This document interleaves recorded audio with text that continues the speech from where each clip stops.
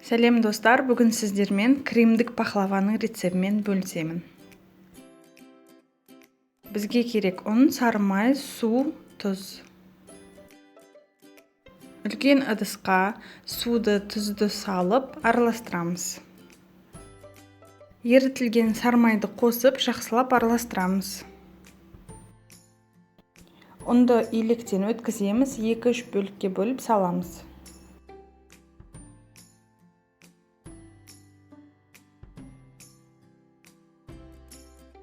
Қолға жабыспайтын жұмсақ қамыр илейміз. Бетін жауып 30 минутқа қойып қоямыз. 30 минуттан кейін қамырды 3 бөлікке бөлеміз. Қамырдың бір бөлігін алып, жұқа етіп жаямыз.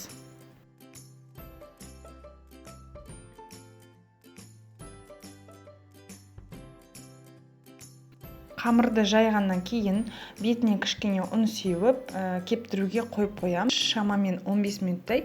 Мен негізінде қамырдың астына мата жайып кептіргенге кеңес беремін.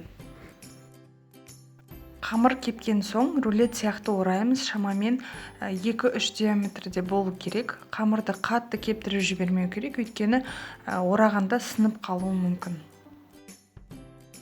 Видеода көрсетілгендей кесеміз.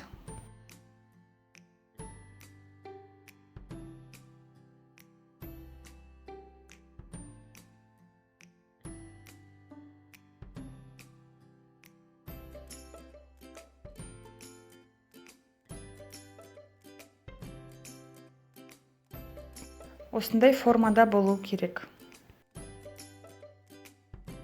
Қызып тұрған майда екі жағынан қызартып пісіреміз.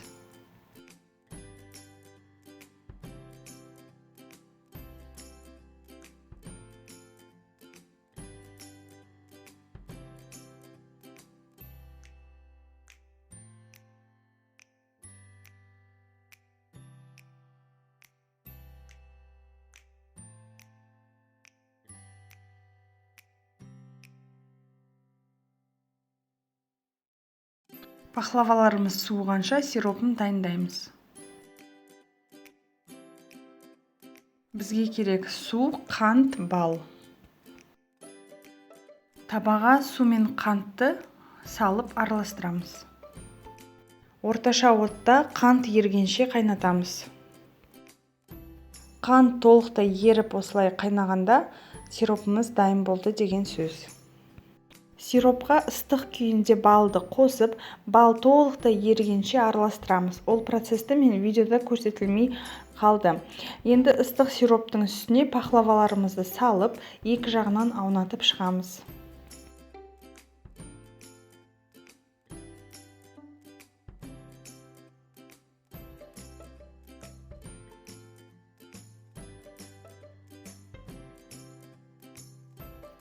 Міне біздің ең дәмді кремдік пахлавамыз дайын болды.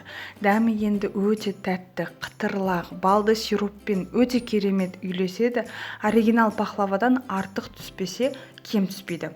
Негізі жасалу жолы оңай, жасап көріңіздер.